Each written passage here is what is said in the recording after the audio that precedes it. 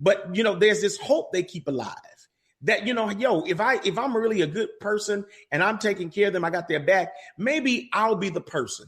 It comes from an honest place. I believe that it comes from a space where you really believe that the female really believes that, or the male believes that, because he feels like, I'm going to be I'm going to take care of her. I'm going to get her back. I'm going to watch out for her. I'm going to make sure she's safe and secure. And they really believe, well, no, she won't do me like that. But it's just not true. And I believe that they have an ability to believe that they can change this behavior. I honestly have sat down with people that honestly said, I knew that they were a whore. I knew they were a player, but I just felt like, they're going to change because, they're getting older and I did everything that I was supposed to do. So this will be different. That comes from a very honest and pure place, but it just doesn't change the person because that's who they are. So, okay. Now, the good part about having that background, and this is what I heard from an objective standpoint, is that you really got to see like who you're dealing with, right? Mm-hmm. Who am I dealing with at the end of the day, right? I know that this person is a player. I know that this and that, right? So if I know that, I'm in some ways accepting that as part of the marital covenant, right? Because I believe you get a person as you find them, going back to my law school days, right? Mm-hmm. It was always this scenario about the car accident with the pregnant woman who loses her baby as a result of a car accident that you caused. And the person who caused the accident is saying, but I didn't know she was pregnant. Yeah. Right? But you was drinking though. And so you caused the accident. Therefore, now you have killed this child. Why is that? What's the correlation? The correlation is you find your dude or you find your girl as they are. Mm-hmm. Right? This ain't saving souls, right? You ain't catching them and cleaning them. Like, you have to ask yourself, am I cool with this person as is if they never change? Can I deal with this? Am I cool with this for the rest of my life if it stays the same? Mm-hmm. And if the answer is no, I don't think you need to marry that person. I agree. But you got some people that fall in love will get married with all that. They do. And some people like the challenge. Believe it or not, some people actually like the challenge of that. I didn't believe that at first until I really started sitting down, doing life coaching and really sitting down. I kind of knew a little bit in my pastorate.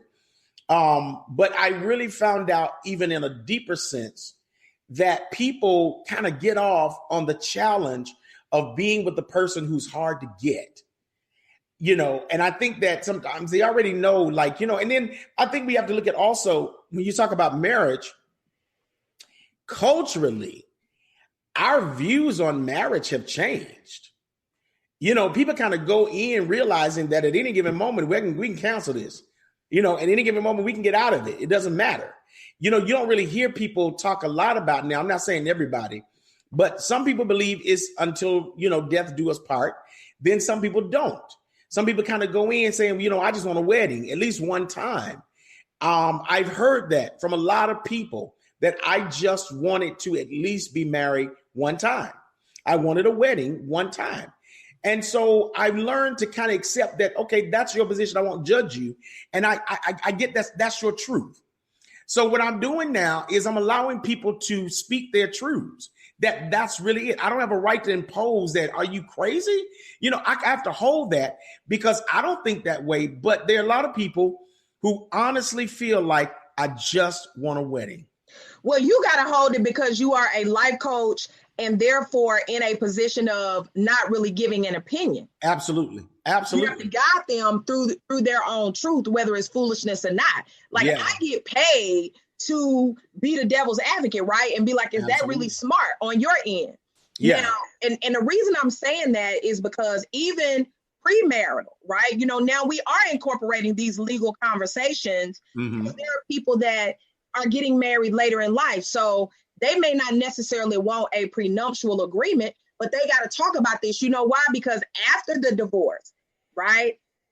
Like the question says, is your divorce really final. You got the paper, but now what else is going on? Because think, like you said, there are a number of other things. Okay, infidelity aside, because if this person was doing that before the marriage, and so now you're in a divorce, you're still going to have this soul tie with that person, right? Because yes, you're in that marital type of situation with them. So a lot of this is betrayal, and people want to fight about stuff that really is, I mean, ridiculous, right? It's like, okay, who bought the silver? Right. It doesn't really matter, right? Right. You know what I'm saying? Or okay, why does it matter if, little Johnny goes here versus there, right? Your other person they done moved on. So let's push back a little bit and say, okay, so they got the decree in hand, right? They split separate homes, right? Now, one party want to date. One party got a girl, or the girl got a guy. Now, for purposes of our conversation, let's say it's not the person that they cheated with. Let's say that the relationship ended in cheating, and it ain't that person. It's somebody new. So you don't have no independent beef with this person, right? What have you seen, though? Because these are all residual problems after the divorce. Right. Absolutely. It's okay long as you're not dating nobody, right? Or whatever. But now you're dealing with a situation where, well, they're dating. Or better yet, let's say that you just separated. The divorce ain't final. And so done moved on. Talk about that. Because, see, you're the life coach. Because I can already tell you how some of that stuff will go down on the legal side, but I don't want nobody taking what I say and going to use it in the divorce proceedings. But talk a little bit, though, about that. Like, how do you deal with those situations, right, where there either is a decree or there's a filing and they're waiting, and now the other person wants to date? How does that scenario come up? How do you really deal with that? So let me make sure I understand what you're saying. You're saying that the divorce is not quite final yet, though, right? Two different scenarios. One, let's start with, because we're talking about the divorce is final. The divorce is final. They have the decree in hand, and now this person has moved on. So let's say, for sake of what we're saying, they are 10 days out from the finalization or whatever that date is on the court order, right? Okay. So your divorce was final on the 1st. Today is the 11th, right? And they full on in a relationship. Tell me about that scenario. That's always a very difficult moment. It's a very difficult moment because what I've found out is that when they are in there hashing out custody agreements and hashing out who bought the silver, who gets the sofa and all of that stuff, they're still in the heat of the negotiation. You see what I mean? There's still kind of that adrenaline over the negotiation, and the custody thing is very, very, very high. So they haven't had a chance to come out of that high yet. Okay, so once it's done and everybody's seemingly satisfied with the material and the child stuff, all of a sudden now this person is dating. What I've really watched happen is that the emotionalism kicks into overdrive, because then it becomes reality. I've watched even brothers, men, really suffer, and we're not talking about psychotic people now. We're just talking about really normal people. What I've seen happen is that some men get very depressed, or they go out and try to create a relationship to ease that pain.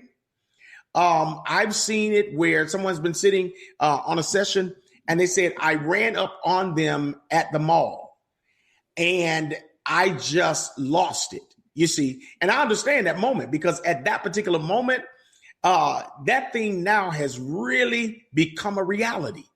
That's when it's real. That's when you need me. Because now, listen, they better call you. They better call you from their cell phone before they start knocking people's windows out. Yeah, definitely. Because I'm sorry. Go ahead. No. Go ahead. What are you going to say?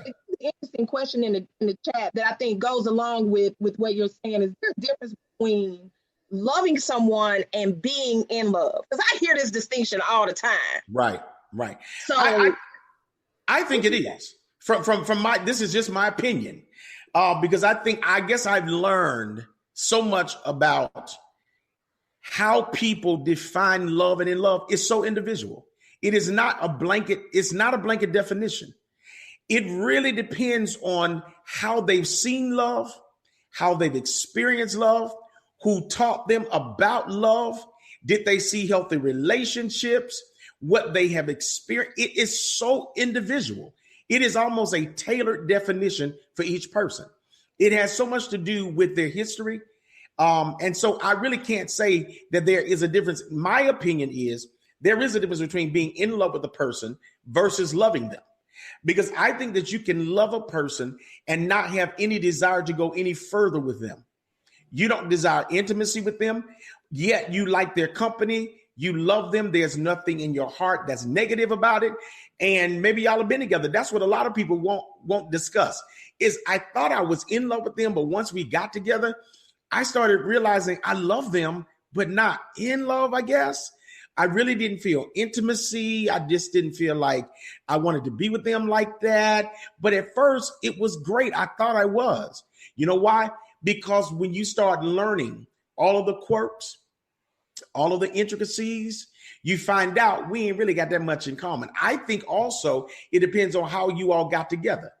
If you on a breakup, if you rebounding, you know what? Everything's going to be heightened. Everything's going to be beautiful because you're trying to ease that pain. And so I think that there is a difference depending upon who the person is. So for the listener, whoever left that, I think that you have to define what does love mean to you? And then what does in love mean to you? Is that something that you can distinguish on a personal level? Is that something that you can really dig into and say, this is how I behave when I'm in love? And this is how I behave when I just love a person. And it's individual. That's the thing that's so difficult. A lot of times I'm telling you too, because when we come together, we talk about everything but the issue of what do you think love is? What do you see love as being? And how do you act when you're in love? Is that different for you? That's a real important conversation. Yeah, absolutely. And I think that we should not be, we as people who date, let me say that, should not be afraid to teach people how to love us. Absolutely. Right? And if your love requires me to do something that I ain't going to do, I'm not the person for you. Like we got to be willing to say like, yeah, that ain't going to work for me. And have that mature conversation. Like you ain't got to part ways with somebody just as part of like some drama. Right. Now, it doesn't mean, like you said, you don't care about that person, you don't enjoy their company. But at the end of the day, there are certain things that you just got to say. And I'm not even talking about cheating. I'm just talking about other stuff. Like just be honest and just say, you know what? This don't work. Now, that don't mean that if you roll up or you see them with somebody that is not going to feel or sting a certain type of way, because it is, right? Because that, you know, you kind of like, well, that could have been me, right? You know, what is bad? Yeah. But at the end of the day, when you are a person that says, I am looking for someone that can love me the way I need to love. And I'm going to tell you why I'm just saying love and not being in love. Okay. Right? Because in love is a state and status. Love is constant. That's right. You love, you just love, right? It's that thing. It's ever present. But I think when you are in love, you can also be out of love. Absolutely. Right? So because of that, that's why I'm saying it that way. But I say all that to say this. I think we have to be very mindful. And what you said was so crucial to this. Love is so individual. If your family communicates in a way that there are givers and takers, right? There are people that are exploiters, right? And there are the exploited. If that's your idea of how family works and you understand that this is how we communicate and love each other, then everybody in your footpath is going to bear the brunt of that. Absolutely. One way or the other. Either you're going to go after people that exploit you, or you are going to be the exploiter in a relationship until you start to recognize and see and learn better. Right? Absolutely. If you grow up with a bunch of narcissists, hint, hint, you know what I'm saying? You're going to end up, that's what you attract, right? You're a magnet for a bunch of narcissists. Right. And if that person doesn't exhibit that, it's going to be, they're not necessarily speaking a language. And lots of times you don't even know it. And so when we look at this thing on the other side of a divorce or any, I call it high level breakup, meaning, you know, this is something that somebody that you really care about and you really wanted to be